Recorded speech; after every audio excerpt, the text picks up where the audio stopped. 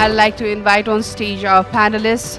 It's an honor to invite on stage Honorable Vidushi Rana, Member House of Representative and the Executive Director of Goldstar Stride Limited. For a country like Nepal, I feel that manufacturing should not be treated as trading, and that's what Harit sir here and I've been talking about everywhere. Because in Nepal, everybody gives more preference to trading because it's easier for a country also to get revenue through trading. But I think it's high time that we concentrate in manufacturing, because manufacturing is the backbone of any economy. And today, because we are a landlocked country, because we don't have manufacturing, we are suffering because we import everything from everything that we eat. We don't have manufacturing at all, and I think that's very, very important. Like let's say a trading company, if they want to just stop importing from tomorrow, they can stop. But for a manufacturing company to even close down the factory, we have workers, we have machinery, we have bank loans, raw materials, and long-term commitments. So policy must understand this difference, and if Nepal wants more jobs, exports, import substitution, manufacturing has to be protected, encouraged, and made competitive. And I've always been advocating for manufacturing.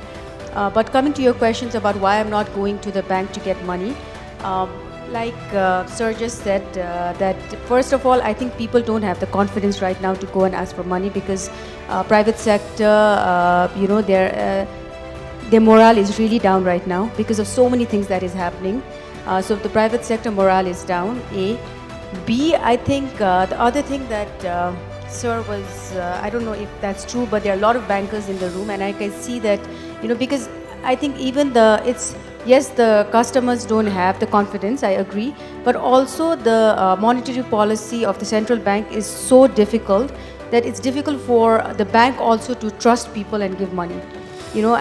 Just an example, let's say if I want a loan of 1 crore, and if I go to any bank to ask for that loan, first of all, they have to put 1% provision when I go and ask for that loan.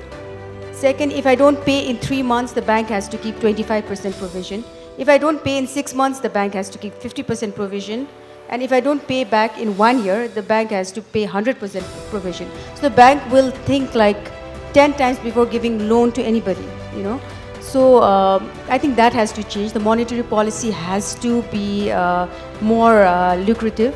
Like in India, let's say like in India or any other countries, like in India, for any new business to go completely bankrupt, it takes 3 years.